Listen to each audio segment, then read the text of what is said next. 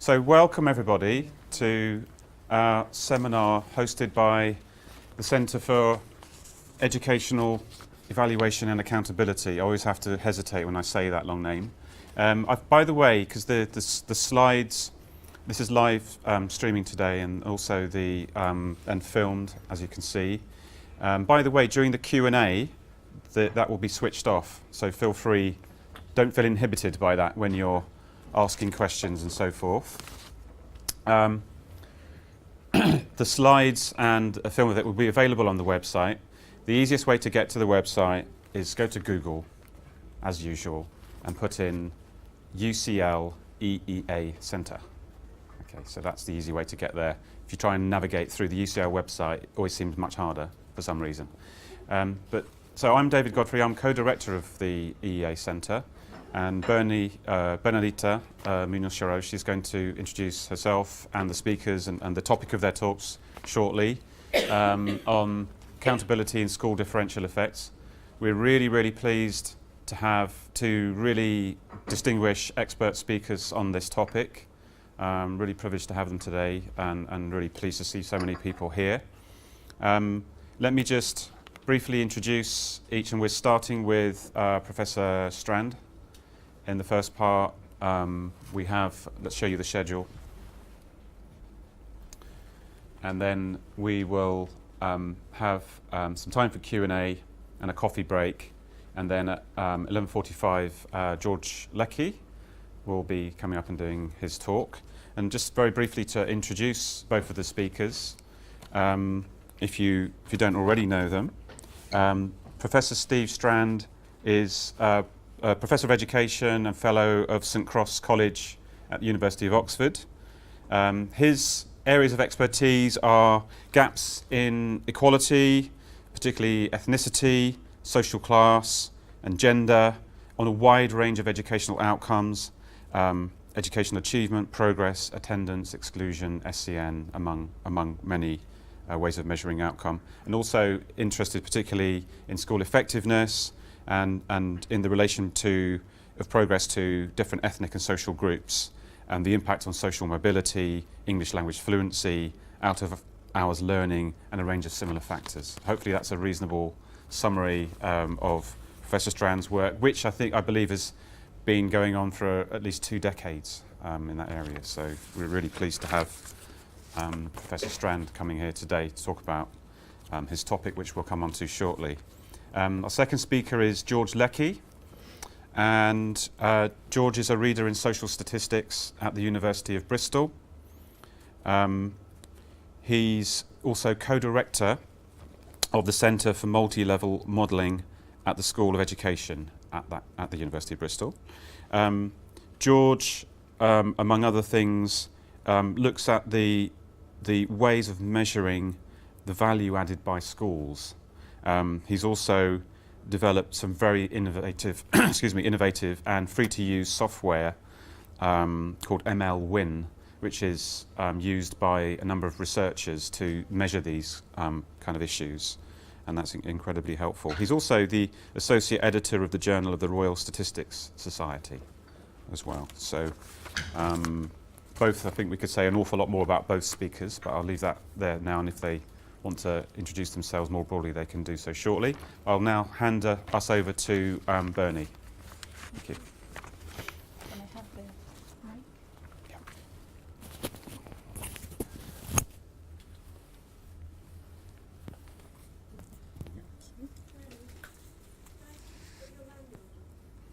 Yeah.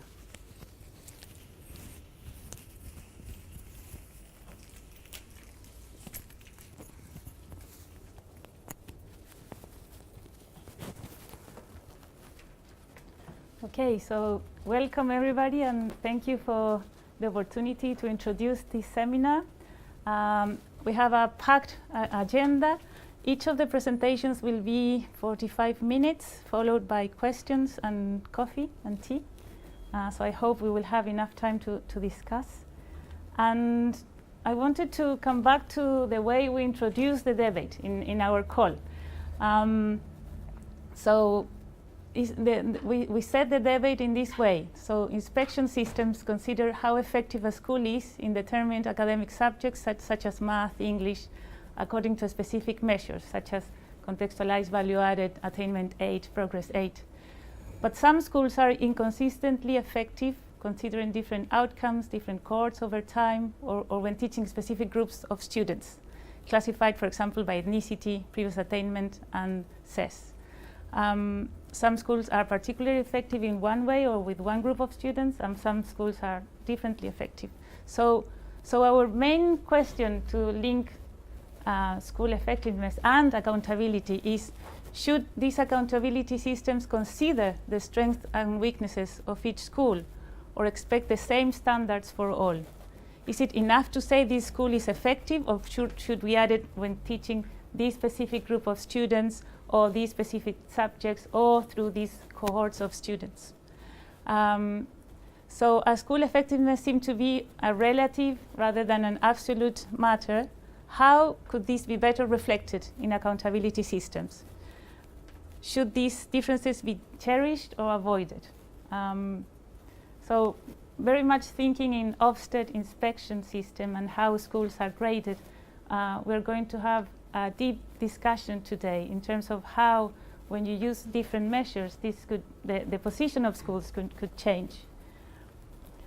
So both speakers will present empirical data focusing on England on school differential effectiveness. Steve Strand will focus on pupils' contextualized value-added progress in primary schools, exploring achievement gaps and over different subjects, English, math, science, and over pupil groupings. And George will focus on progress 8 measure in secondary schools and will explore the impact of accounting for different pupil backgrounds variables such as age, gender, ethnicity, residential deprivation, and adjusted progress 8 on school accountability. So I'm really interested in seeing how both will move this more academic debate into practical implications for educational policy in general and the current accountability system in particular. So this is something that I think we're all very much looking forward to. So I would like to ask Steve if he can come here with us.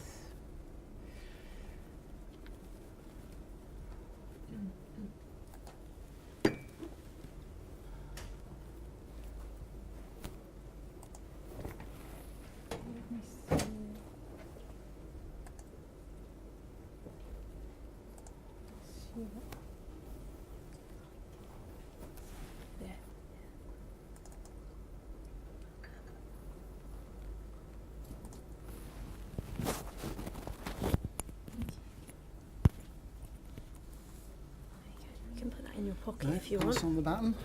Yeah. Back here. Sure. And I will let you know when you have 5 minutes. Yes, please do. Yeah. Right, hello everyone. Nice to see you all here. Thank you, Bernie and David, for inviting me. Thank you all for turning up. Thank you on the live streaming. Our Live Aid size audience. There's only a few people here, but there are millions watching this on livecast. So I've got 45 minutes, which is great. Anyone's done a lot of conference presentations knows you get 20 minutes. And usually 15 of those for presentation and 5 for questions. So actually having the luxury of 45 minutes is great, actually. What I'm talking about is also being published now. This came out in 2016 in Review of Education. So actually, if you really want to get all the detail, just email me. If you don't have access to journals, email me and I can send you a PDF of it. Or look in Review of Education 2016. So, you know, that's also another nice thing in contrast to many conferences. I haven't actually just, you know, done this 24 hours ago. And I think George might have done his actually 24 hours ago. So it's all out there and published so you can get all the detail that you might want. So what am I going to do? Just a quick overview of what I'm going to talk about really. So I'm going to focus on ethnic and poverty gaps in terms of achievements at age 11, and I'm going to think what factors might, you know, facilitate the growth of those gaps, and what factors might ameliorate them.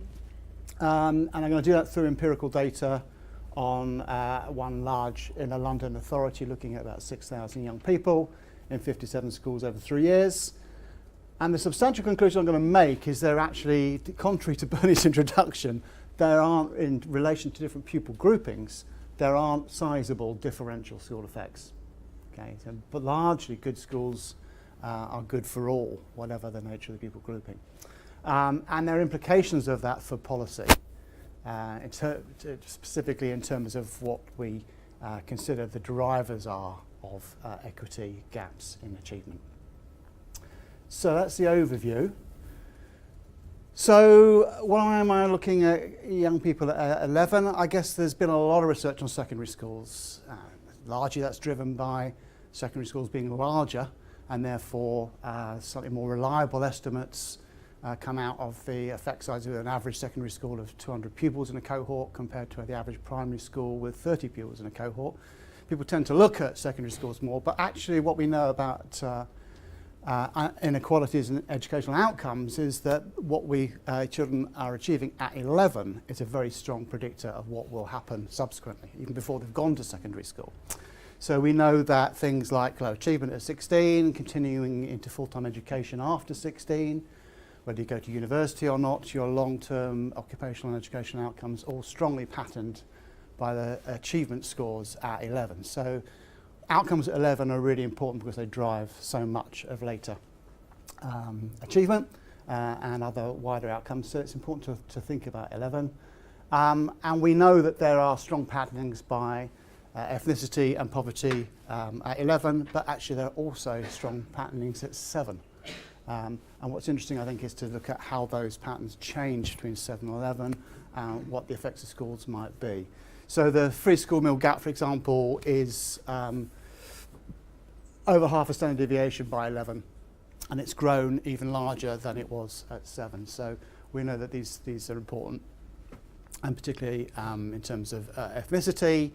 Many ethnic groups do much better than white British kids, but actually Black Caribbean young people don't do so well as white British kids by and large, and that gap also grows between 7 and 11. So that's why I'm interested in age 11, and why I'm interested particularly in free school meals as our poverty indicator, and Black Caribbean kids as our ethnic group who differ most from the white British in terms of having low achievement. So one of the things that you see very often in terms of explanations for why we have these equity gaps is a focus on schools. So particularly because these gaps grow over time when children are attending school, it's a natural assumption this is something to do with their school experience. It's interesting actually that's not necessarily obvious, because actually young people spend, I mean Rutter's famous work, 15,000 hours, young people spend about 80% of their time outside of school. Yeah? So actually school may be an important and is an important influence, but actually there are a lot of other things happening in young people's lives, in their homes, in their neighbourhoods, in their communities, which is not to do with school. So the fact that these gaps grow over time doesn't necessarily mean that these are school caused, and yet that is a very common assumption. If these grow over time, these are school effects. That remains to be seen.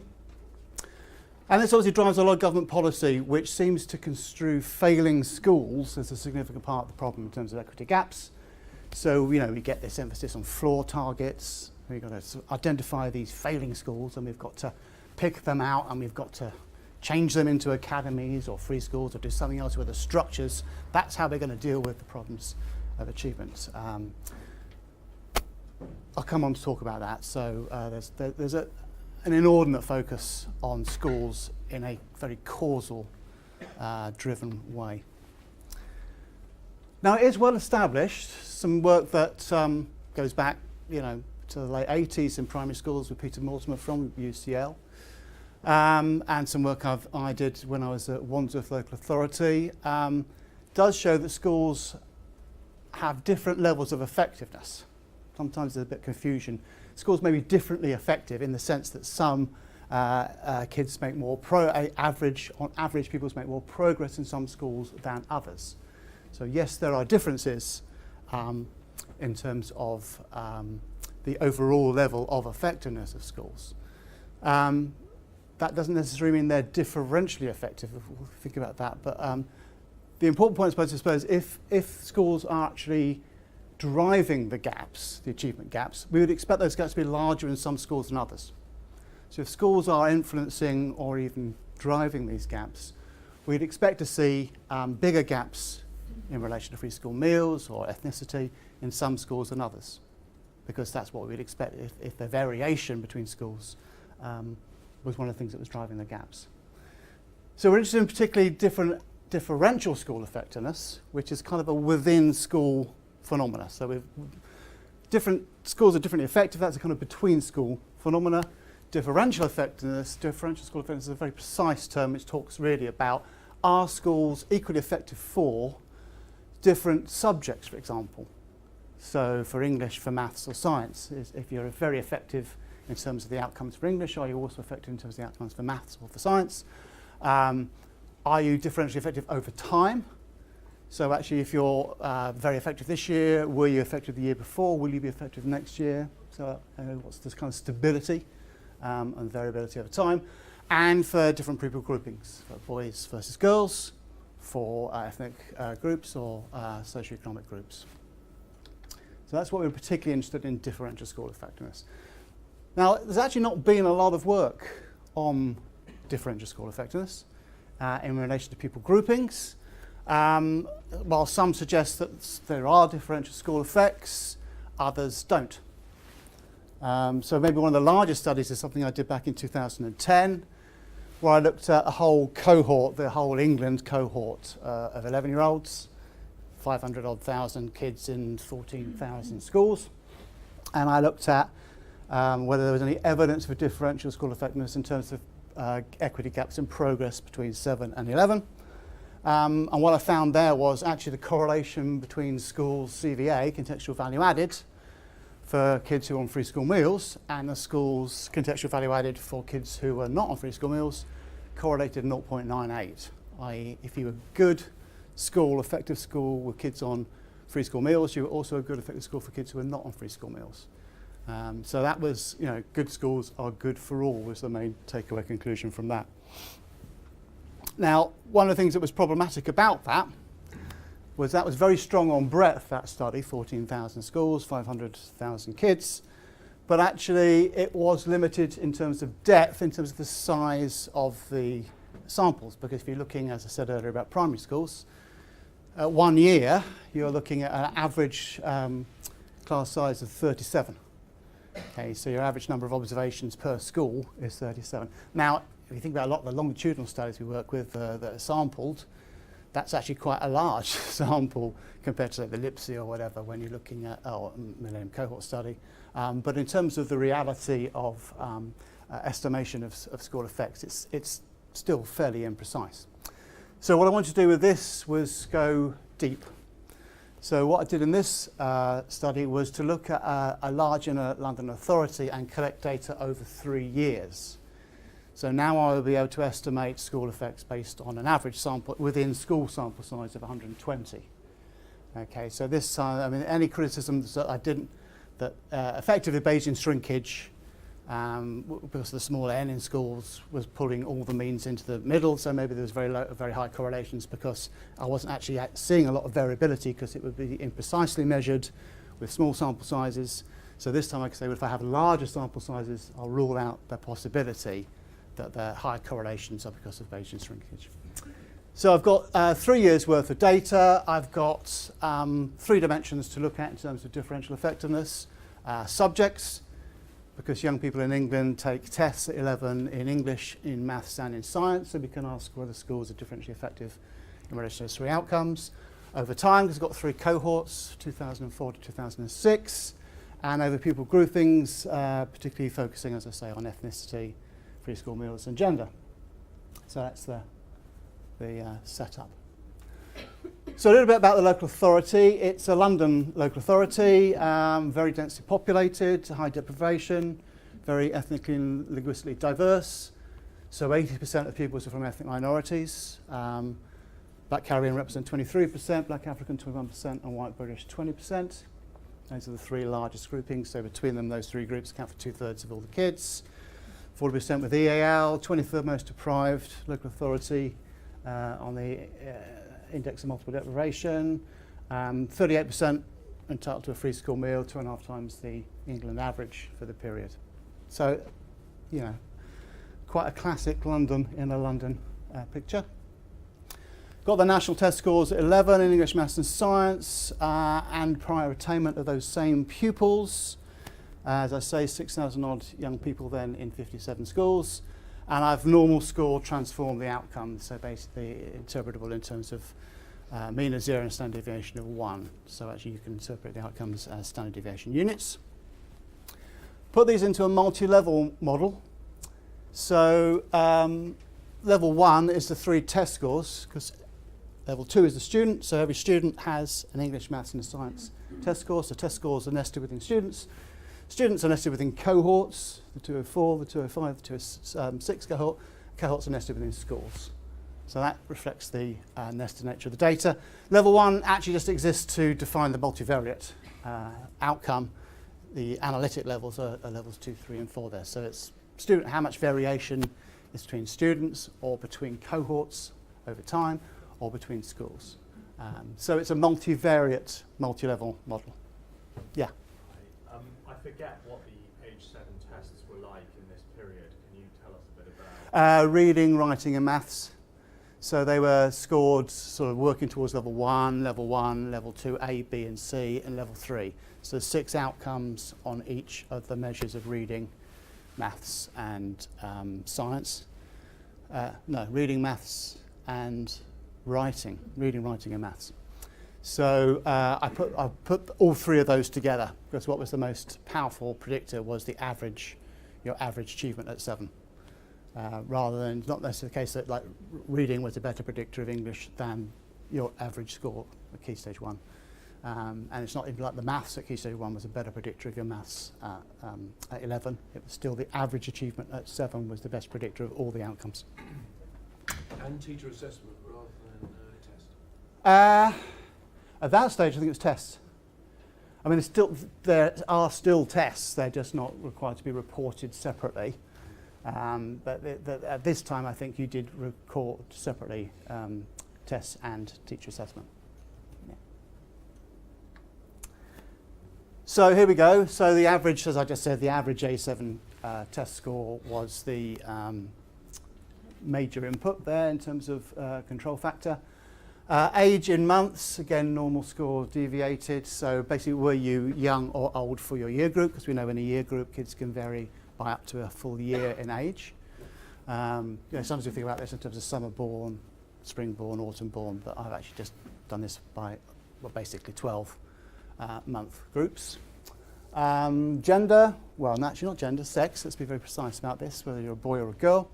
Nothing about your identity, biological description. Ethnicity, white British against 10 other ethnic groups. Entitlement to a free school meal, special educational needs, which at the time had 3 levels of intensity, school action being the lowest level, school action plus or a statement. Mobility, whether the pupil had joined their current school in year 3, year 4, year 5 or year 6.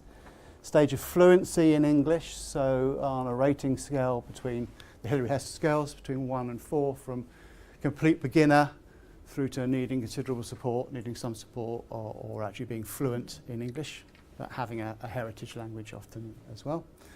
Interactions between these terms, which I'll show you some interactions between ethnicity and free school meals, which are really important to take care of. And then some school level compositional measures, the average age 7 score in the school, the percentage of young people in the school entitled to free school meals, the percentage white British, what have you. So that's the kind of caboodle of predictive variables. Just start with some descriptives so you get some idea what the size of these achievement gaps are. So if we look at age 7 and age 11, I've got here English. So if we look, say, at the gap, Black Caribbean and Black African and Black Caribbean pupils, that's a difference. So about 0.4 of a standard deviation lower in terms of the mean English score, and half a standard deviation below the white British kids in terms of their maths and science scores. So these are big Half a standard deviation is a big difference between black Caribbean kids. Smaller gaps for black African relative to black Caribbean, but still sizable gaps. Free school meals, again, English, maths or science, kicking up to half a standard deviation. Difference between those who are entitled to free school meal and those who are not. So again, big gaps. Gender gaps.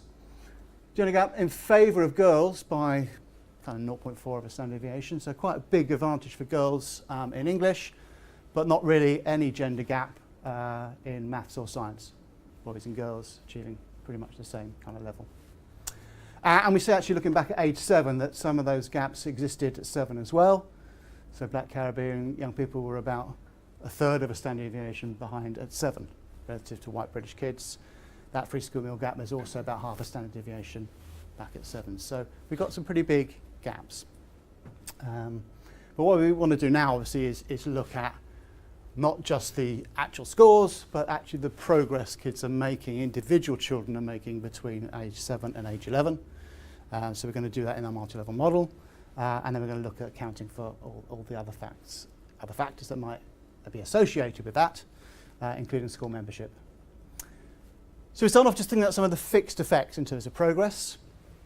This is where we really have to think about interactions between ethnicity and free school meals in particular.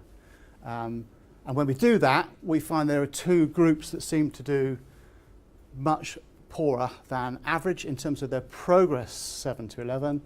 And that's white British young people on free school meals who start behind and fall further behind, and black Caribbean pupils regardless of their free school meal status. So maybe one of the ways to look at that is to actually look at the outcomes. So here's English, maths and science. Might be easiest to think about the average test score. So if we're looking at 0 here, meaning you are making average progress, the average progress as defined, because it's a relative concept.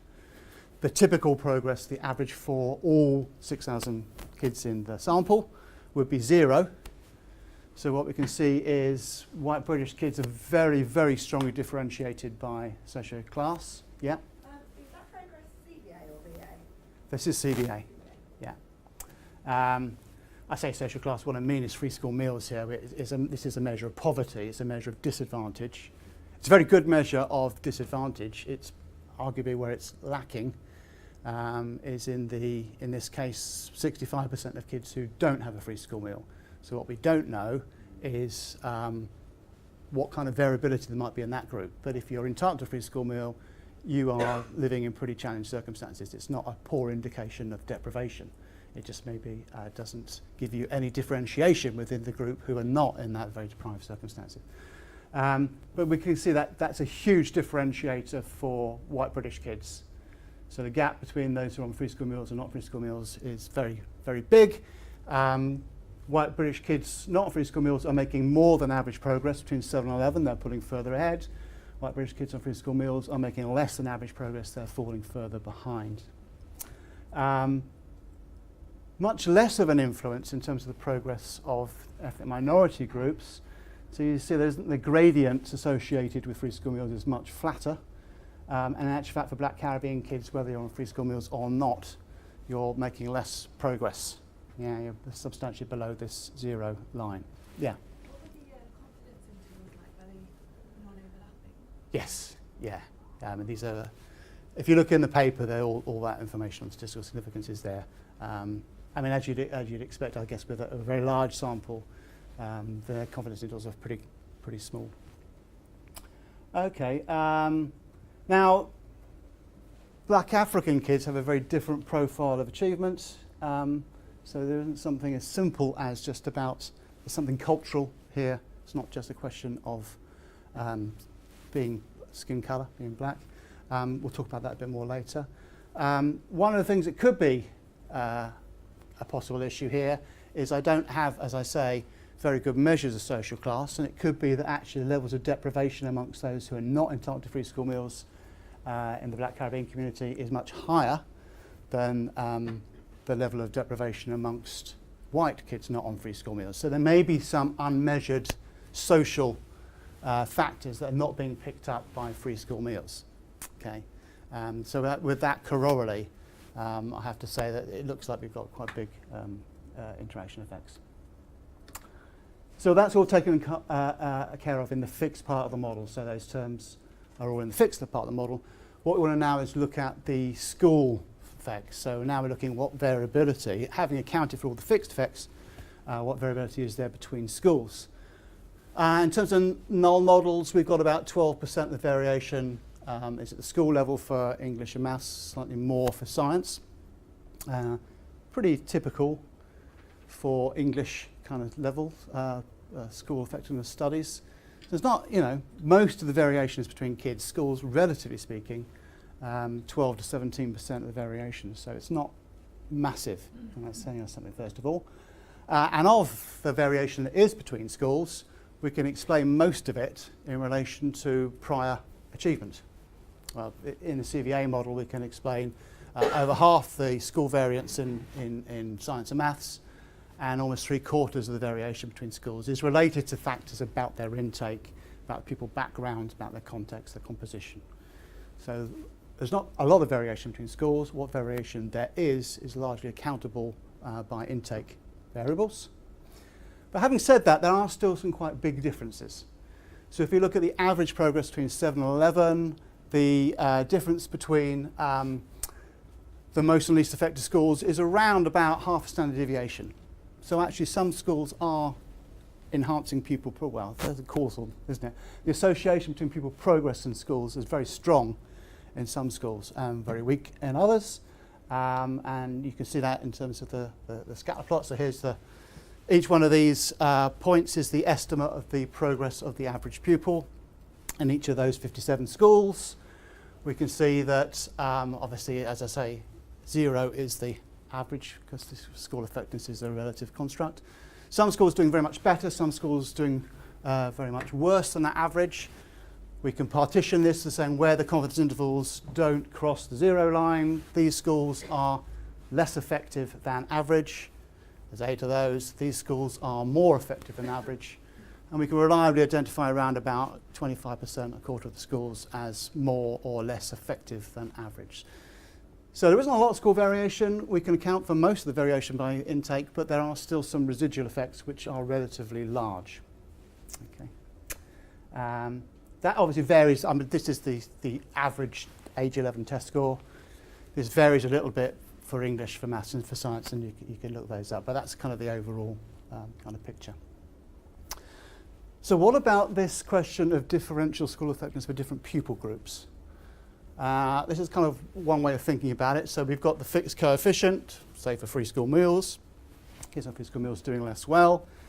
And then we can look at what the school level variation, the variance is around that fixed effect. Variances aren't very helpful, but we can take the square root of the variance to get the standard deviation. And that can give us the range within which, if we take the centiles, we can calculate the range within which 90% of schools will fall. Okay, so we can take the 5th centile to the 95th centile. So what we can say is that negative association of progress and free school meals is actually consistent across all the schools. Okay, so there is some variation. Yeah, it's a third of a standard deviation in some schools. It's 0.16 of a standard deviation in others, but actually it's negative in every school. No school has outcomes where kids on free school meals are making more progress than kids not on free school meals. It's the same if we look at the Black Caribbean fixed effect, and we look at the school variance around that fixed effect. Whether you're at the 5th centile, 95th centile, Black Caribbean kids are making less progress than the white British kids in those schools, in your school. Yeah? So again, it seems to be a consistent picture. The gender differences aren't very small, and they don't vary very substantially either. Girls make slightly less progress than boys. The only thing for which there is any evidence at all is for prior attainment. So those are the biggest differences to the extent that there are any differences between schools. In some schools, kids of higher ability are making more progress than those of lower ability, and that varies across schools between 0.4 and 0.8 of a standard deviation. So there are some differences there, but they're not huge. So let's think of I mean, I like to present this stuff graphically, and we can do that by actually plotting, in this case, the average CVA for kids who are entitled to free school meals, and those who are not entitled to free school meals, and plotting that on a graph of each data point is a school. So you can see that the correlation, if you like, between how effective you are for kids not free school meals and how effective you are for kids on free school meals is 0.98. So effectively, if you're good for free school meal kids, you're good for not free school meal kids. Little bit more noise in the variation within school variation by ethnicity, but the correlation is still 0.91. So if you're doing well for white British kids, you tend to be doing well for black Caribbean kids as well.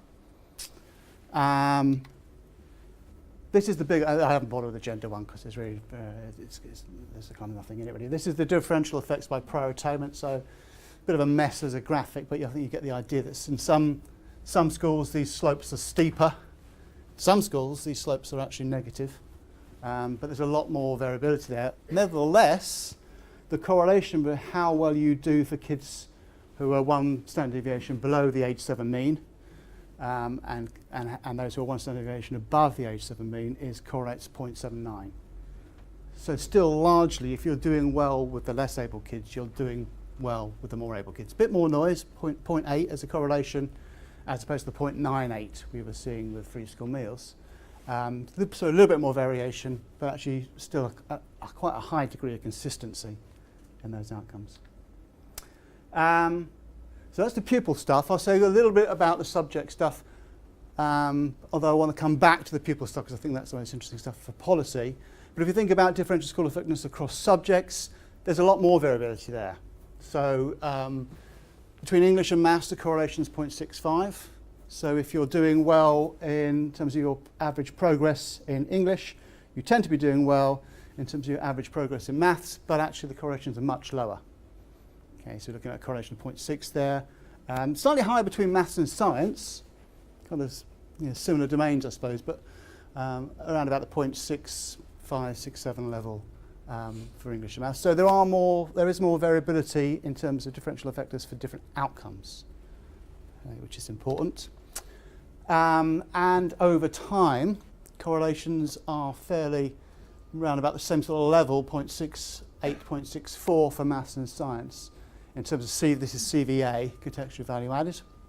So broadly, if you're doing well in one year, and you're doing well in subsequent years, those correlations drop off a bit when you start to get further apart. So the correlations between 204 and 205, and 205 and 206, when they're 1 year apart, are higher than the correlations between 204 and 206. So the greater the period of time in between the two observations, the lower the correlation. But generally, they're about 0.6.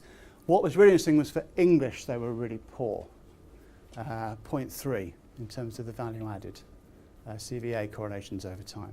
So English did seem pretty unstable outcome. And that might be particularly, there's been a lot of furore about the subjective nature of marking, particularly writing in Key Stage 2 tests. We know that the reliability of the writing assessment in particular is low, and in fact that's why it's no longer, well, partly the reason why it's no longer measured in the same way. There is no writing test anymore at age 11. So partly that reflects, I think, some problems with the reliability of the measures of writing as a key component of English. So that is very much less stable. But again, a kind of 0.6 type variation over time. So it's much, much lower than the correlations for the within school grouping of pupil groupings. And then by model. So I know that George is going to say a lot more about this, and with secondary schools, which is a slightly different dimension. But certainly here, the correlations were quite high between the raw outcomes, the unadjusted test scores, and the CVA. But they weren't perfect, so the correlation between CVA and raw scores was 0.78 for English, 0.82 for maths, 0.86 for science. So correlations around about 0.8, which are quite high. Has led some people to suggest that school effect, CVA measures are just a a transformation of the raw scores. Well, they're clearly not. I mean, there are, so I've just highlighted these two schools, for example, both well below in terms of their raw score averages, but actually this one, kids making about the typical level of progress.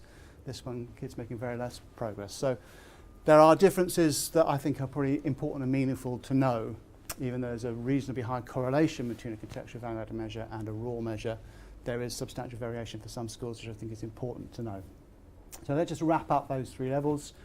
So I think there's a point to subject level reporting, because we've seen these correlations for English, maths and science outcomes are very different. I think probably if you go to secondary schools, because remember in primary schools it's the same teacher leading the class and teaching English, maths and science, so they're probably going to be higher. I think at secondary school, subject department differences are probably an important level of effectiveness within secondary schools. So I think it's important to think about schools being differentially effective for different outcomes. Maybe if we move beyond test scores as well, some recent research suggesting that schools may have bigger influences on things like whether young people continue into university. Those kind of outcomes may be more strongly influenced than academic achievement. But certainly there are variations by outcome. The stability isn't as high as we might have, as soon as I expected it to be. I thought the CVA scores would be more stable over time. If we were identifying an effective score, I thought that would be more stable and the raw scores would be lower. But actually the stability in the raw scores is higher than the stability in the CVA. But if we go for 3-year rolling averages, I think we'll get a better and more reliable, particularly for primary schools, which have about 30 kids in a class. You really need 3-year rolling averages. And as I say, the CVA scores don't totally reorder the raw scores, but there are big differences for some schools. And of course, because two things are highly correlated, it doesn't mean they're the same thing. So weight and height are highly correlated, but weight and height are not the same thing. So I think CVA has a very important role to play.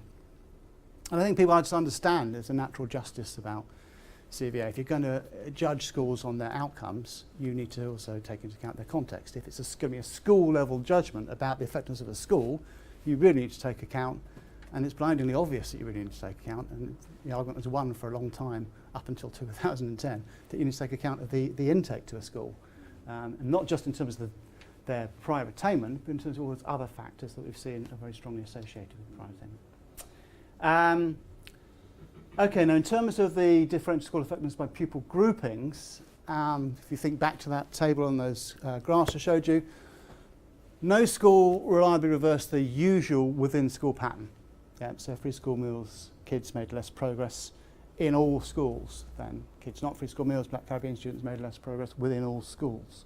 So there doesn't seem to be a big difference in these kind of equity outcomes between schools. That makes it very difficult to sustain an argument that schools are largely the drivers of these differences, because if they were, we'd expect to see very much bigger effects in some schools than others, if it's all about individual school quality. So largely I think the conclusion in terms of equity outcomes is that good schools are good for all. If you're good for white British non-free school meal girls, you're probably good for Black Caribbean free school meal boys. So essentially, while some schools are more effective than others overall, they kind of raise the overall level, but they don't close the gap. So actually, what you're seeing is good schools raising the, what's the saying? A rising tide floats all boats, effectively. So everyone is doing better in the good schools than in the poorer schools. So school effectiveness is important, but actually all groups are doing it. And I've shown you this with some, arcane kind of modelling, but you can see this in really, really simple data. So I was the advisor to the Education Select Committee's inquiry into the underachievement of white working class kids. One of the things they were very taken with was this picture of the performance of kids on free school meals and not on free school meals in relation to the Ofsted rankings. Okay, so Ofsted judgments of a school, whether they were inadequate, satisfactory. A few schools at the time still had the required improvement. So a few schools still have the satisfactory judgment, which obviously has been removed now. Good or outstanding. So what we're seeing here is what proportion of kids in these four school effectiveness groups as defined by Ofsted, what proportion of non-free school meal kids and free school meal kids are achieving 5 or more A stars to C, including English and maths. And the thing that the committee grabbed onto was this figure. So in inadequate schools, only 25% of kids on free school meals are getting that 5 or more A stars to C. But in outstanding schools, 50% of kids on free school meals are getting 5 or more A stars to C. So they were not going to be distracted from the fact that, according to them, this showed the transformational capacity of schools. Okay, so if you go to an outstanding school, you double the odds of kids on free school meals achieving the outcomes. So basically, what we've got here is a problem. The free school meal gap is a problem to do with poor schools. Now, I'm not saying there isn't something to do with that. We know that in the contextual value added, for example, the percentage of kids on free school meals in your school had an effect size of about -2. So actually, if you've got a large proportion of kids on free school meals, you probably get lower judgments from Ofsted, and kids tend to make poorer progress. So between school differences have something to play. But actually, the misreading here is failing to take account of the within school gaps. So let's plot what the gap is within each of these schools. So if I look at the ratio between what proportion of free school meal kids and non-free school meal kids achieve that 5 or more A star to C in each school type, it's pretty much the same. So non-free school meal kids, the odds are 2.7 times higher that you'll achieve the 5 or more A star to C outcome than the free school meal kids in the inadequate schools. Yeah. In the required improvement schools, it's still pretty much the same. The ratio is 2.5 to 1. In good schools, it's the same. In outstanding schools, it's almost somewhat larger. You're 3 times more likely to achieve that outcome if you're on free school meals than if you're not on free school meals. Okay, so it's this question of rising tide raising all boats. Yes, young people on free school meals do better. But if we were to transform all our schools from inadequate schools to outstanding schools, we'd still have a free school meal gap. And in fact, it'd be slightly larger than it is today. So clearly, schools don't account for that free school meal gap. Yeah, that kind of relational thinking can be quite difficult to get to. Okay, so why might there be within school gaps? Okay, so I'm saying these don't vary much between schools. Why do they exist within schools at all? The literature talks about things like setting or streaming, and these tending to widen the gaps within schools. So actually, if you get put into the top set or put into the bottom set within a school, that has a very beneficial effect. The net effect is kind of 0, but actually the kids who are put in the high sets tend to do a lot better than average, and the kids put into the low sets do less well than average. So it kind of exacerbates effects. A lot of European literature where there's still very strong tracking suggests that that's a very big within school process.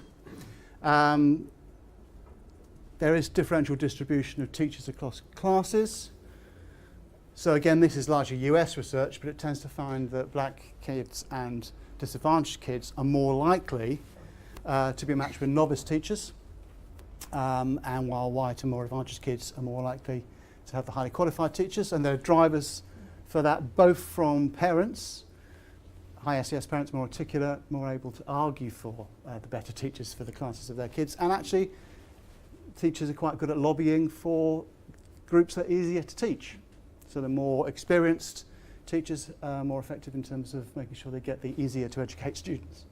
Some people do argue that this is also evidence of widespread low expectations for some ethnic groups and for low SES pupils. It may be a factor. Some of the work I've done, 2012 paper, does suggest that there may be teacher expectation effects, particularly for black Caribbean young people, systematically entered to lower tiers of the Key Stage 3 tests, as were, but they're still tiering at GCSE, so maybe there are expectation effects.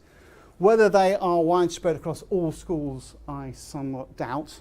I'm not very convinced that that's the reason why these outcomes are consistent across schools.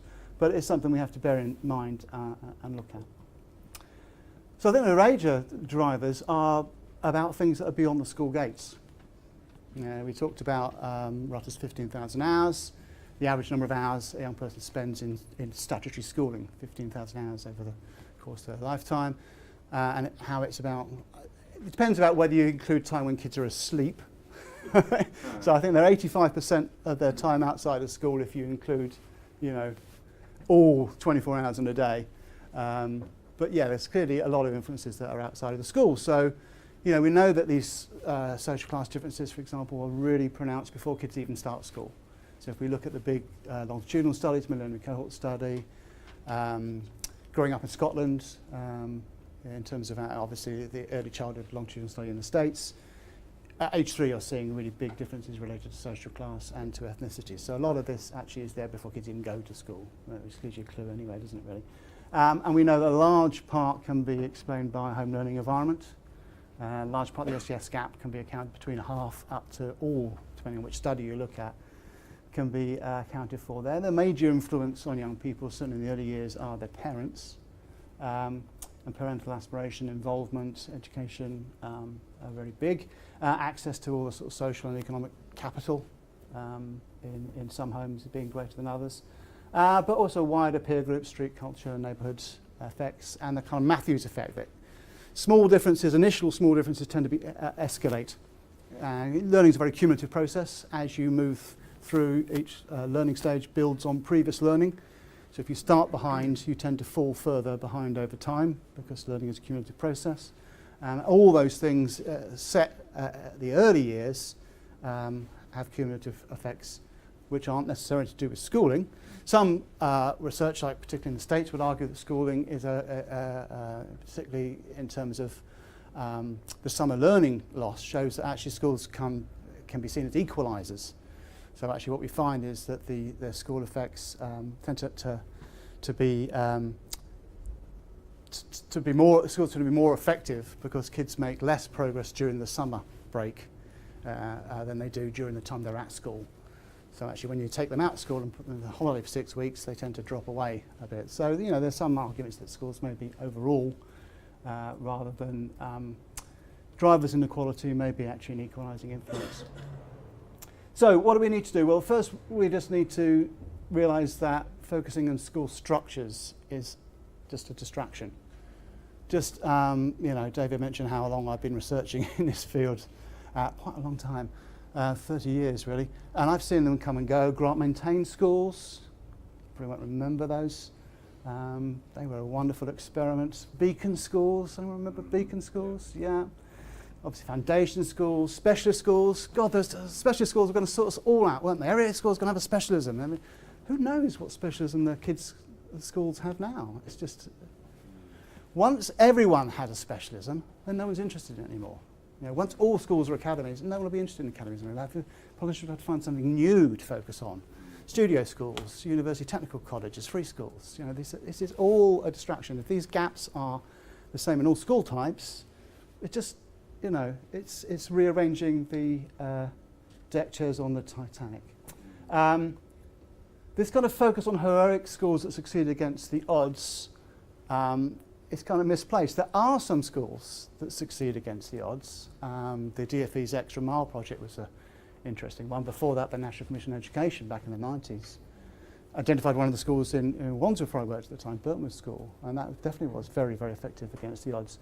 But these aren't scalable models. It's very hard for a school to be reliably effective year after year after year with these kind of socioeconomic gaps that are really, really large and substantial. And even if it's always a minority of schools, that's not necessarily something you can scale up to cover all schools. And it's not kind of replicable, really. And we're not talking about cookbook recipes. Something that does work for one school won't necessarily work in another context. Some of this is idiosyncratic. So we need to think about, yes, interesting to learn what we can if the school that's been successful is similar to your school in some ways, but that's not the main driver, as we've seen. That's not the main driver of equity gaps. Schools aren't the main drivers, so it would be misfocused to look at that anyway. I think pupil premium is quite a good idea, actually, because what it does do is make all schools focus on their free school meal, their within school free school meal gap. So to that extent, it's a really positive process. I mean, we have a broadly redistributive funding system here, unlike the States. In the States, if you go to a school in the poor area, because 92% of funding is generated through local taxation, you tend to have poorly resourced schools. We are much more progressive in this country, and a large amount of money does go through pupil premium and redistributive methods. So, if you're a school in a deprived area, you tend to get more money. We're careful, actually, read their national audit stuff on the pupil premium, because actually it does suggest that there's a lot of smoke and mirrors, and what you've been given with one hand's been taken away with another. But broadly, it's redistributive. And it does make all schools think about that free school meal gap within their school, whether they're effective or ineffective overall. It focuses those within school processes. So I think it's good. We still need to wait and see what the outcomes are. And at that stage, I think I'll probably finish. Now I'll shamelessly plug some of my other papers, which you must all go out and download. Increase my citation, and even more importantly, you must cite them, obviously. But that 2010 one, I think, is probably most relevant to today's talk, and so that's the one that looked at the whole England cohort of primary kids in primary schools. So that's a kind of natural balance to this one. But I'll take, yes, Faisa. Talk. Thank you very much. Okay, well, thank you very much for the invitation, Bernie. It's great to be here. And I should probably say a few things straight away, which is that the title of this talk differs from the advertised talk. The advertised talk was going to be, if you like, a retrospective on school league tables in England over the last 25 years. And that's a published paper, and there's a link to it on the flyer. What I'm going to talk about instead is what's happening right now, what the government does now in terms of school league tables and accountability. And I'm going to explore how things could potentially change going forwards. Okay, so I think it's probably a more interesting talk for this audience because of that. I should also say that it's certainly complementary to the work that Steve's just presented, but the focus is going to be a little bit different. So whereas Steve focused on differential effects, I'm going to be focusing more on accountability and the government's headline measures. Okay, and I'm going to be critiquing those.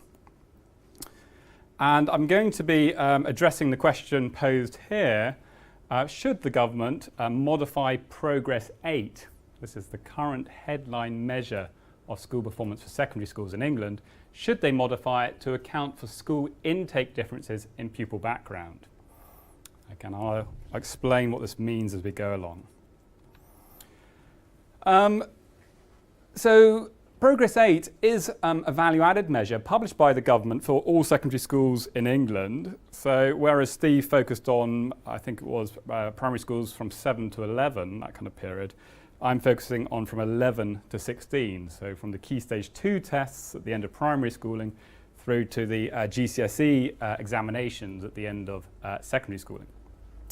So it's going to be a value-added measure that the government publishes. It does adjust for students' attainments when they start secondary school, but, and this is crucial, it ignores all other characteristics of children. It ignores their demographic characteristics, it ignores their socioeconomic status. So Steve gave a very interesting talk about how schools can have differential effects for different subgroups of students, but a prerequisite for doing that is to make those adjustments for SES and ethnicity in the first place. And currently the government doesn't. So in a way, you've got to answer this first question, should we even adjust for these factors before you can look at the question, if we do adjust for them, do we get differential effects for different schools? So what am I going to do in this talk? I'm going to present the arguments for and against this statistical modelling choice of should we adjust for these background factors. And it's an interesting debate to be had because the academic literature, as very well illustrated by Steve's work, they all support making these adjustments. Okay, it's definitely a majority view. It's also a majority view amongst practitioners, those working in education. And so it's very interesting that the government takes the opposite stance, which is to make no such accommodation for the context of the school. Okay, so let's explore those arguments for and against, the theoretical arguments, if you like. And then crucially, is this just an academic debate, or does it make a difference in practice? So let's use the actual data, let's replicate what the government does, Progress 8, and then let's show you how Progress 8 would change if the government did take into account socioeconomic status and ethnicity. Does it affect schools' scores, their ranks, their classifications? If so, what types of schools are winners and losers from any potential change to Progress 8? So for those of you with long memories, essentially I'm going to be comparing Progress 8 to contextual value added done today. Okay, and I'm going to show you that it does make quite a pronounced difference. This is a very, hopefully this is going to be a very accessible talk. It's going to be very visual, it's going to be very non-technical, and that reflects the underlying paper that we're writing because we would like the widest possible audience to be able to engage with the arguments that we're making. I should say I'm very happy to answer any statistical questions on what I'm doing as we go along as well, but they're basically, I'm focusing on the key messages in this talk. So I'm going to go through a series of steps to make the argument for greater contextualization than what is done currently. So let's start with a bit more a background about Progress 8. So essentially these school performance tables and these official measures from the Department for Education are a very direct way that schools are held accountable. Traditionally, at least, they've played a crucial role for informing Ofsted inspections, both in terms of the timing. If you do very badly on Progress 8, you're far more likely to have an Ofsted inspection very quickly. And once you get the inspection, there's been an increasing concern that the Ofsted ratings are almost overly influenced by the attainment and progress scores. And I know the Ofsted are trying to move against that since around this summer. And of course there's all kinds of pressures for schools to perhaps convert to academies, because no doubt that would solve all the problems in the education system, join multi-academy trusts, change heads and so on. Okay. But of course we also have indirect school accountability via the fact that all this information is public. It's put out there in the public domain, parents are encouraged to look at it, this creates local pressures. Savvy parents will start asking their schools, hey, what's going on if the results are looking bad? And ultimately, parents of younger children might choose to send their children elsewhere. So we have these different types of accountability, all coming off the back of the league tables. So I'm going to show you lots of screenshots of what is done. I've redacted schools' names. I don't really want to focus on particular schools here, just the general principles. This is the Department for Education's school performance table as it looks currently. And later on I'll pick out specific bits of information to talk about. Okay, just Ofsted inspection reports, so I mentioned that. The media, and this is a screenshot of the Bristol local newspaper, often represent the government's official information. Many parents will not go to the official website, but one way or another the information feeds through to them, okay, through local radio, word of mouth, local newspapers. Those parents who are particularly keen on these types of things, there's all kinds of commercial outfits now who get hold of the government's data, create education products, and either sell them back to schools or provide them to parents and get advertising money and so on. And so you can type in your postcode and you can find out your Progress 8 score and all kinds of things like that, including catchment areas. Is your kid going to have a high probability of getting into the favoured school, and so on. This is the kind of the world that we're in currently. So let me tell you what exactly Progress 8 is. And to do that, we first need to say what Attainment 8 is. So if you like, Attainment 8 is a snapshot of the finishing line. It's, if you like, a photograph at the end of secondary schooling. Okay. It's a total point score across 8 academic subjects. It must include English and maths, which are double counted. Okay, and the remaining subjects are pretty restricted to classic academic subjects. And this is part of government control. This is the purpose of performance tables and measures, is to control what schools do.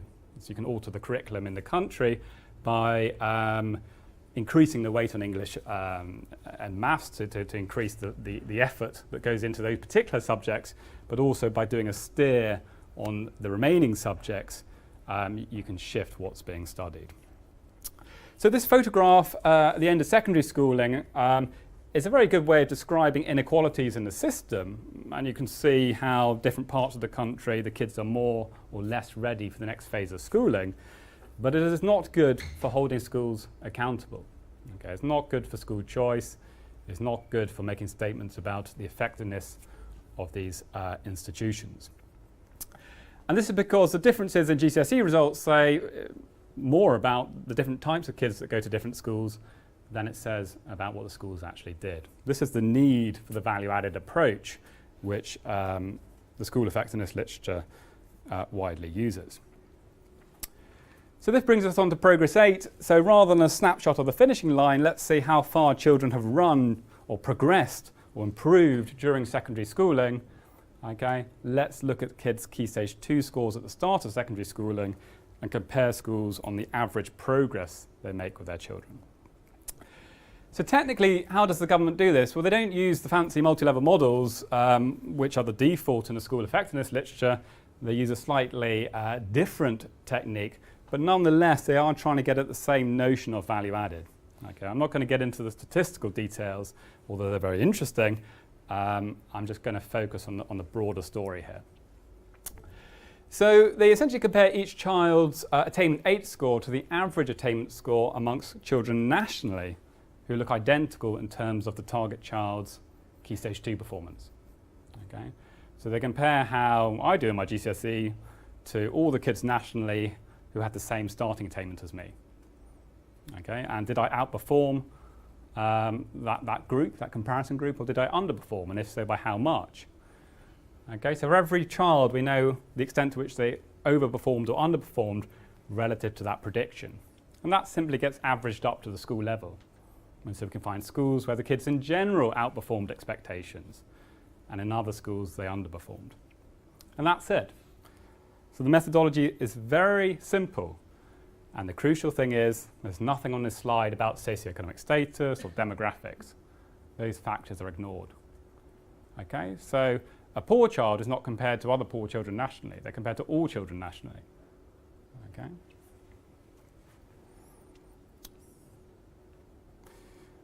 But a positive here is that this introduction of Attainment 8 and Progress 8 has essentially replaced 5A Starter C and previous value-added measures. And with that, the government have done something which would please a lot of people in the school effectiveness literature and practitioners, which is that they now give more emphasis to the progress measure than the attainment measure for the first time. They've long played lip service to these arguments because value-added measures came in 2003-04, but they've always been rather secondary. And so for the first time, the value-added approach, as simplistic as it is the more prominent of the two. It's the one which is the headline measure.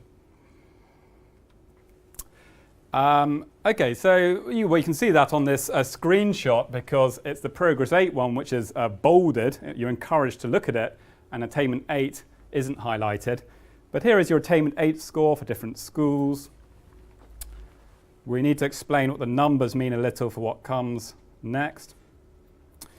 So a total score of 54.3 means that the average pupil is scoring 5.43 grades per GCSE subject. Okay, we divide through by 10 because there's 8 subjects in Attainment 8 and 2 of them are double weighted. Okay, so GCSEs have moved from letter grades to numbers just to complicate things. So in old money, this is like getting a grade B or 8 grade Bs in your GCSEs. So that's a pretty high attaining school in the Bristol area. Here's Progress 8. What does the Progress 8 number of 0.39 mean? It means that children in that school, on average, are scoring 0.39 grades higher per GCSE than what you might predict, given what we know about them, which is only their Key Stage 2 score. So again, we're ignoring socioeconomic status and demographics when doing these calculations. So this school, not only are they relatively high attaining, but they're also doing better than what one might predict given national patterns. Something else which has improved over time with the DFE is that they're taking advantage of some of the things you could do on the web. There's a lot more interactive features than there have been in the past. There is more information. You can click on these question marks and get a little bit more of a graphical presentation of the data. Okay. And here schools are broken into 5 groups. Okay. This is a little bit like what Steve presented in the previous presentation, where he showed you a plot where you had a small group of schools that were less effective than average, a small group that were more effective than average, and then a large middling group which couldn't be distinguished from average performance. So the government do this as well, but they've got 5 categories, and obviously you want to be a school in the green. You definitely do not want to be in the red. Okay. Here are schools which are scoring low on average, and if you're in that category, it pretty much triggers an Ofsted inspection straight away. You're an underperforming school. Okay, you're below the government's floor standards. Okay. The government specify explicit floor standards, and about 12% of schools were failing it in this particular year.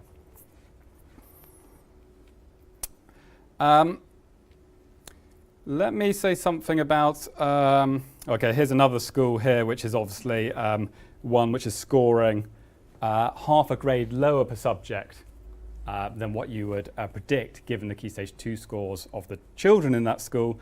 And once you get below half a grade, you're below the threshold, and that's when you're deemed or branded underperforming. Okay. And you saw plots like this before, right? But now we've got all the schools in the country. So there's 3,000 odd secondary schools. And this is just a visualization of showing you how that color coding works. The dark green schools are performing half a grade or more better than expectations, and they are statistically higher than the overall average. The ones in yellow can't be separated. The ones in red are statistically below the average and by a substantial amount. So the color coding is taking into account statistical significance and the effect size. Okay. And this is quite a good innovation by the DFE, because confidence intervals are notoriously difficult to communicate to the public, yet their color coding system integrates an element of statistical uncertainty. Okay. And that's a plus. Okay. I am going to be quite critical of some of the things DFE does. I want to kind of be positive where I think things have improved. So they do give more information. The color coding system used here is an improvement. There is factoring of statistical uncertainty. Those are some good points. Okay. Let's now start moving towards the analysis that we've done of the actual government's data. So we've taken the 2016 cohort of GCSE students. We've replicated Attainment 8 and Progress 8, and later on I'm going to show you an adjusted Progress 8 measure to see what is the effect of taking into account socioeconomic status and demographics. But before we get there, let's just compare Attainment 8 and Progress 8. Here are my 3,000 schools in the country. I've got a correlation of 0.75 between average exam results and average progress. Okay. That was actually the identical correlation to what Steve showed for primary schools on his older data. So some things differ between primary and secondary status, some things change over time, but other things are kind of fairly common, which is a strong correlation between raw attainment and value added. That cluster of probably 162 schools are going to be your grammar schools, okay, behaving distinctly differently. Very high attaining, but once we look at the value added, far less impressive. Okay. And that's going to hint at something which comes up later, which is that different school types more generally will suddenly look better or worse once we make statistical adjustments. And so I'm going to draw attention to the key school types which move around if you contextualize. Here are the actual rankings of schools from the lowest attaining to the highest attaining in the country, and the lowest progress to the highest progress, and it's just their league table position. It's just another way of communicating the correlation between the two measures. Scores on the left, ranks on the right. So the point is that whilst there is some agreement, doing well on Attainment 8 doesn't guarantee you're a high progress school. It's important to look at both of these things when studying schools' performances. Right, let me move on to these pupil demographics and socioeconomic characteristics. Okay, that's what we're really interested in here. So I want to show you in Progress 8 the differential performance of different pupil groups nationally. Okay, and I'm going to be arguing that these have to be taken into account in the analysis. Okay. Why? Well, because there are going to be some rather pronounced differences in the average progress children make by their demographics. And we know that schools serve very different compositions of students. And so together, those means that certain schools are advantaged currently by the government's failure to take into account those differences. Okay, so grammar schools are clearly going to be advantaged by the fact that there's no adjustment for free school meal status. Why? Because they have very few of those kids, and so they're benefiting from that. Okay. So let's show you some of these differentials. And these differentials are well known. Actually, you could say that nearly everything in this talk has been said before. So why am I saying it again? Because the government are taking a stance which differs completely from the academic literature. The academic literature calls for an adjustment for all of these factors, and the government take an unusual opposing view, which we'll come on to, which is not to make those adjustments. So it's important to have this debate and to present it in the policy context. So here is month of birth of of kids in England.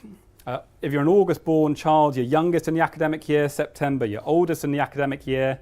What we're presenting here is the average progress, the average improvement that children make over secondary schooling. And what we see is essentially those young in a year make the most progress.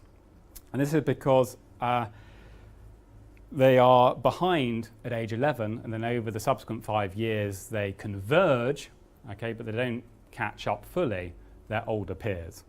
Okay, so here's a characteristic where the initial differences in attainment between kids in terms of their month of birth narrow as kids grow older. Okay. Now this is a factor which surely it's not going to be important to adjust for, because every school, the average age is pretty similar. Schools surely aren't going to differ in terms of the average age of their kids. Okay. But gender could matter. Why? Because we have some single-sex schools. Okay. So in terms of child gender, girls score 0.13 of a GCSE grade higher than what you would predict by their Key Stage 2 scores, and boys on average are scoring 0.13 of a GCSE grade less than expectations. So a differential of a quarter of a GCSE grade.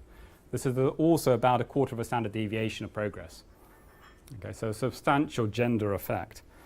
And clearly that's going to play into the hands of single-sex or girls' schools. Why? Because they consist of girls who nationally do better. Okay, so the relative performance of different school types is going to shift around if we start making adjustments.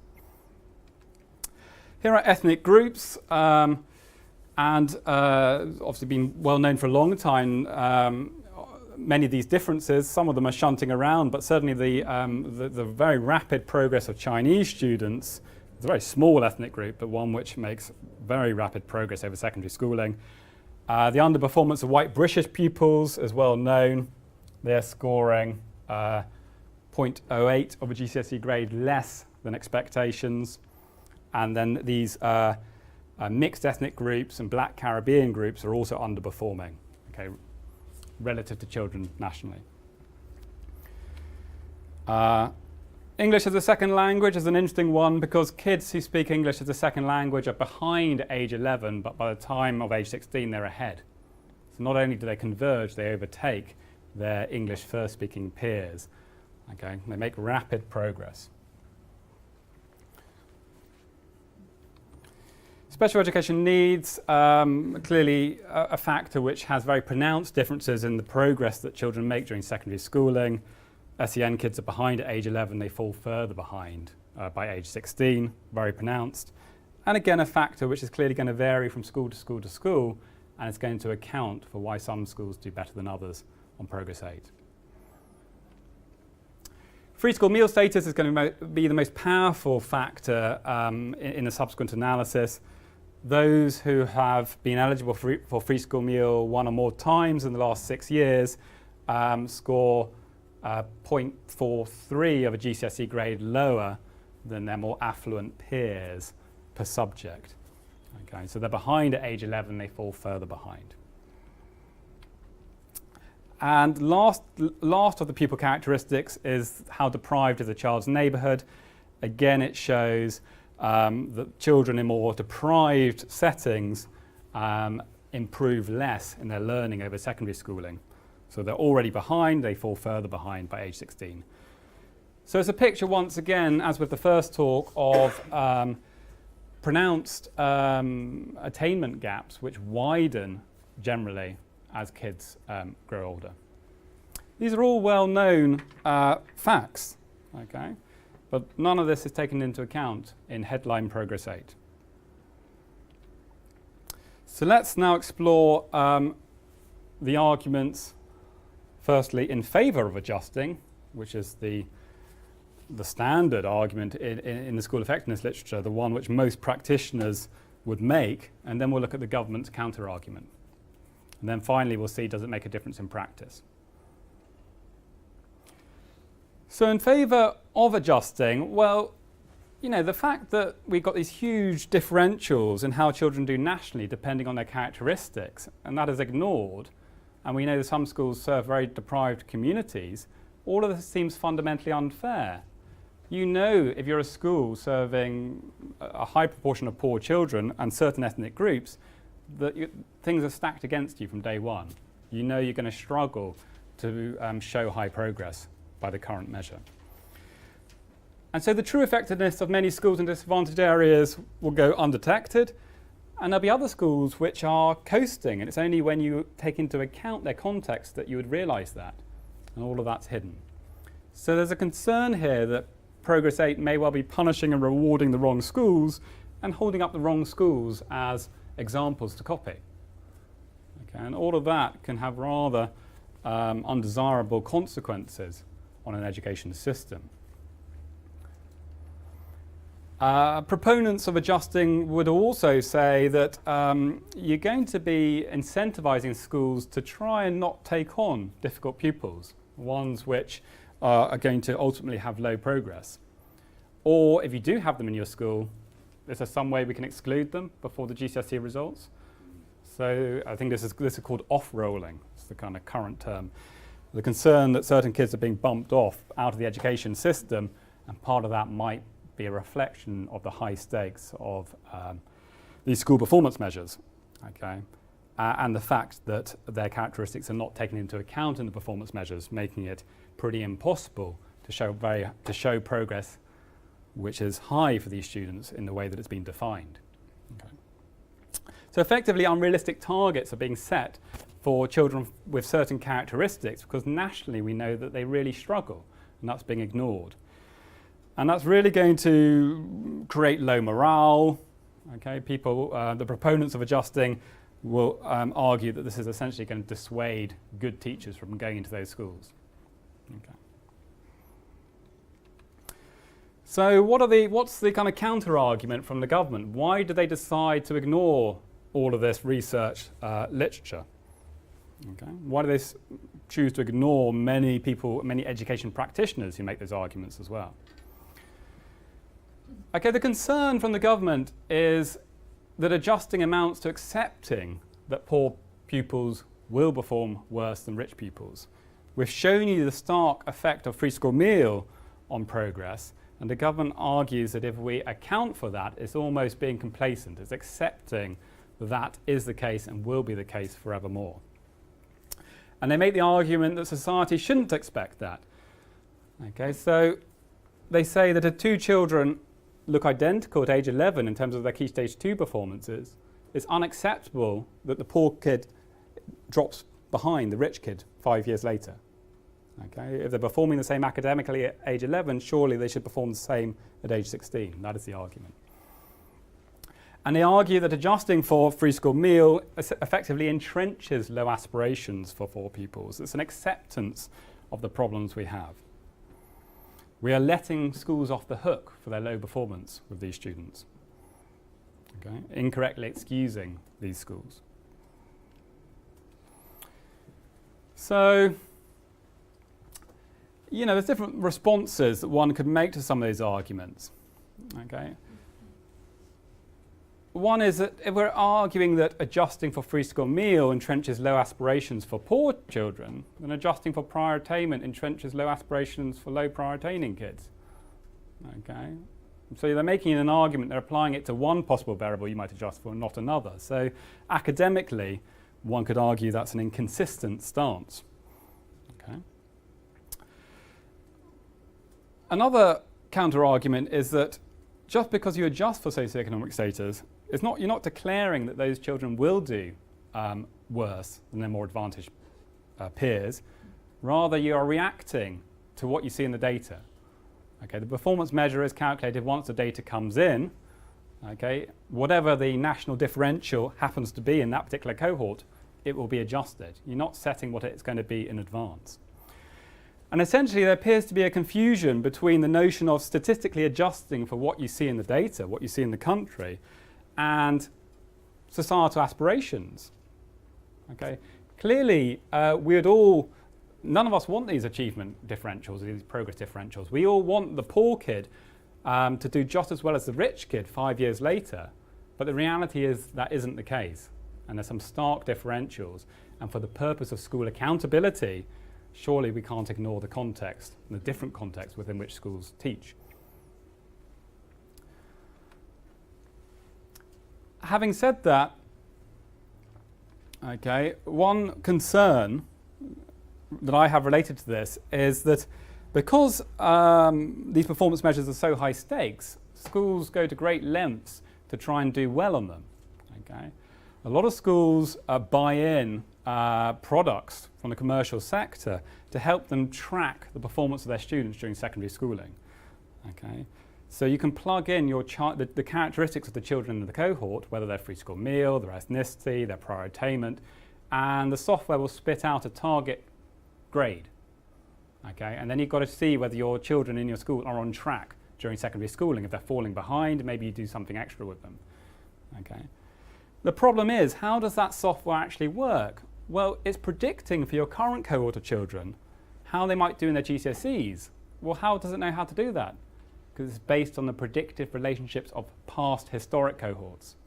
So this clearly will perpetuate past inequalities onto future cohorts, because you're using past cohorts in the prediction model. Okay? So we hear lots about big data and machine learning and how wonderful it is. There can be perverse side effects of doing that. And clearly this is one, using historic data to make predictions for future cohorts. But I would argue this isn't a criticism of attempting to measure value added in the first place, it's a criticism of just how high stakes our accountability system is. Right, let's move on to the actual empirical part where we go, well fine, we've got these two arguments, the majority view and the minority view of the government, but perhaps all of this is just a bit of an academic discussion. Does it make a difference in practice? If it doesn't make a difference in practice, then we can just stop. Okay? So let's look at the data. So what I'm going to do is, rather than follow the multi-level model approach, which Steve used and is the kind of the standard approach in the literature, I'm going to keep things deliberately as simple as possible in the statistical analysis. I'm going to take the government's approach, copy it exactly, and make one change. And that one change is the introduction of pupil characteristics. Okay? So I'm going to essentially compare each child of the country, okay, to other children nationally who look identical in terms of the Key Stage 2 test score and who are of the same gender, the same age, the same ethnicity, the same SEN status, the same free school meal status. So it's a much cleaner comparison. It's a much closer comparison of kids to other kids nationally who actually look similar. I call this adjusted progress 8, but it's essentially the ideas that were used in contextual value added. if you're familiar with that. So here are the main results. We've got progress 8 on the x-axis, this adjusted progress 8, which additionally takes into account free school meals, ethnicity, and so on the y-axis. Here are the 3,000 schools in the country, and what do we see? We have a strong correlation of 0.91. Nonetheless, you will find instances where some schools look much better on one measure than the other. Okay? Always when you present this in terms of the ranks, the actual league table rankings, it looks more dramatic. And you can say things like this. We have over a fifth of schools nationally would move up or down the league table by over 500 places. There's only 3,000 schools in the country. If you suddenly move up or down the national league table by 500 places, and a fifth of schools are doing this, that's a big change. So you can have a high correlation, but actually still have substantial movement, which is meaningful for schools. Okay? We're correlating two things which both purport to measure the effectiveness of institutions. Of course we're going to have a really high correlation. They're both trying to do the same thing. But nonetheless, even with such a high correlation, you can have substantial movement. You know, if you're kind of, you know, if you're these schools up here, you've got very low progress 8 scores, but after adjustment, you have very high adjusted progress 8 scores. You've moved from being some of the lowest apparently performing schools to some of the highest. Okay, so it's only kind of a fifth of schools which are moving dramatically. The majority move less, but that's still meaningful. So I would argue that it does make a difference, fully taking into account context. We can do things like look at the government's banding. Remember I had that red, orange, yellow, light green, dark green banding, which the government uses.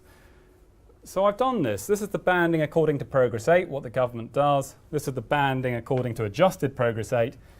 And you see, for example, in this, in the red, okay, the group you really don't want to be in because you're failing the government's floor standards, in that initial group, over 40% of the schools are moving out. Okay, so over 40% of the schools which were being called underperforming will no longer be in that category under the adjusted measure. Okay, some schools move in the other direction and so on. So again, there's movement. Okay. A high correlation nonetheless sees real differences for many schools. Okay, that's at the local authority levels. Now some local authorities have very few schools, okay, and as a result you might get quite erratic changes. Okay. But we can do this, we can aggregate to different levels in the same way that the government does. So let's move on to the final bit of the talk, which is going to say, well, yes, we are making the argument that it makes a real difference to many schools, whether we adjust or not. And so your natural question is, well, which schools are going to improve, which ones are going to worsen if the government were to suddenly go back to a more contextualised version of their value-added measure. So here are region differences for Progress 8 and then the adjusted Progress 8 measure.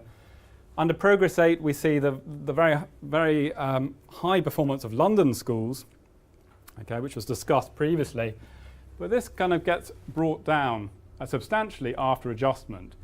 So before adjustment, they were doing 0.2 of a GCSE grade better than you would expect per subject, and that drops down to 0.1, it halves.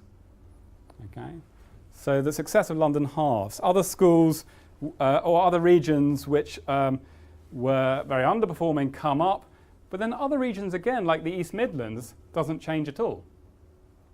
Okay, so there's different things happening in different regions. Why does London look less impressive after adjustment?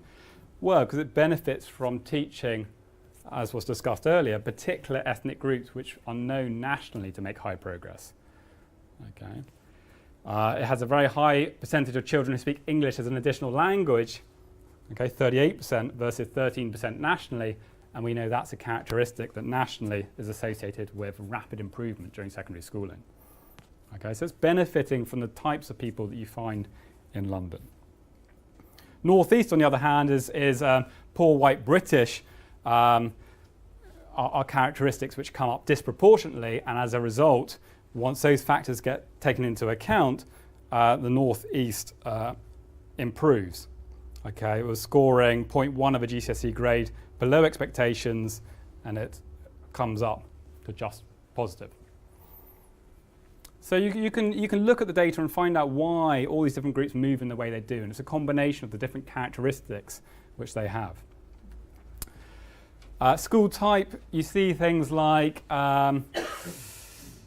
converter academies look much better than sponsored academies for one reason. For that large differential is that only 20% of kids are FSM in converter academies, but 40% are FSM in sponsored academies. You take into account FSM, the differential reduces, okay, it halves. Things like university, technical colleges, it looks better after adjustment. Why? 75% of the kids are boys, and boys nationally make less progress than girls. You adjust for gender, suddenly UTCs don't look as bad as they were looking. Everything has a story. Studio schools disproportionately take SEN pupils. You adjust for SEN, they come up in the plot. Grammar schools look less impressive after adjustment because they're benefiting from having very few FSM pupils, very few SEN kids. Secondary modern look worse after adjustment. Why?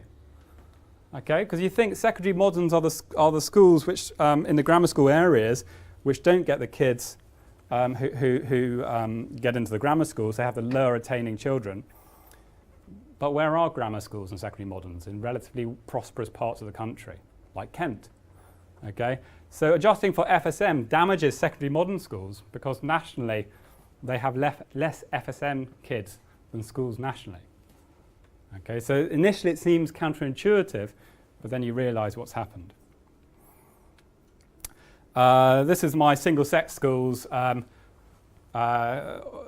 Kids, girls in all girls schools make twice as much progress as boys in all boys schools, but that relative performance flips round after adjustment because, of course, girls nationally make much more progress than boys. Okay, and so that's an interesting flip in results, but one that you can explain.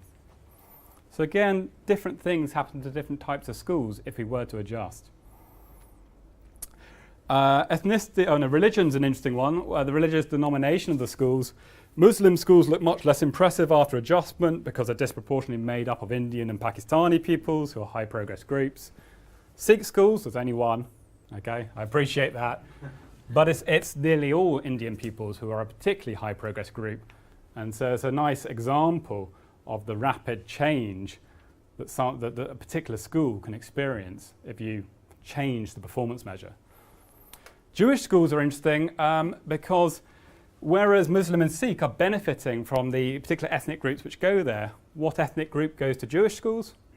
White British. Okay, Jewish students are classified as white British in this data. So what's going on here? Why do they look less impressive after adjustment, given that white British pupils nationally underperform? Okay, because that's can be offset by the fact that Jewish schools have relatively more prosperous children than schools nationally. So you're getting different effects which are playing against one another, but they benefit more from the FSM than they lose out from the white British labelling. Okay, and so on. So all of this you can pick apart and find the reasons why schools or school types move in the way they do. Okay, 2 minutes to conclude. So we asked the question initially, should the government modify Progress 8 to account for school intake differences in pupil background? What have we shown you? We've shown you that different pupil groups nationally make quite different average progress. And it's well known that, of course, schools serve very different communities. They operate in different contexts. We've made the theoretical arguments for and against modifying Progress 8. And hopefully we've convinced you that this is more than an academic debate. It makes a very real difference to many schools and would reorder the education landscape in terms of how it's viewed. Okay, choice of performance measure is not a kind of geeky statistical thing. It has real implications.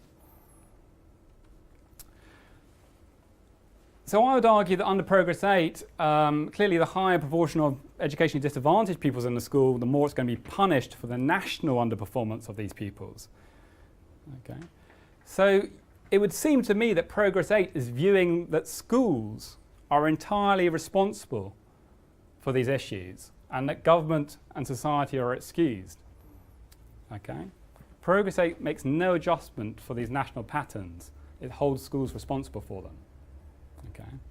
In contrast, if we adjust the adjusted Progress 8 measure, we're adjusting away the national gaps, and effectively we're saying that schools are not responsible for national gaps at all. Only government and society are responsible. So these are two extremes. Who do we think is responsible for all these differences in progress, these differences in attainment? Some combination of schools, government and society. Okay. But what I'd argue is that there's no need to choose between these two extremes as the government has done. They did effectively a Progress 8 measure, they then went to an adjusted one with CVA, and they've gone back to a Progress 8 measure. They've yo-yoed between two extremes. And I'd argue that one learns more from the data by presenting both the unadjusted and the adjusted and having a conversation for why the results change in the way that we try to do today. Okay. You know, you can't summarize everything that's happening in a school with one number. Okay. I know that's what the government wants to do. I know that's useful if you've got to write a list of schools and decide who's going to get the intervention, who's not.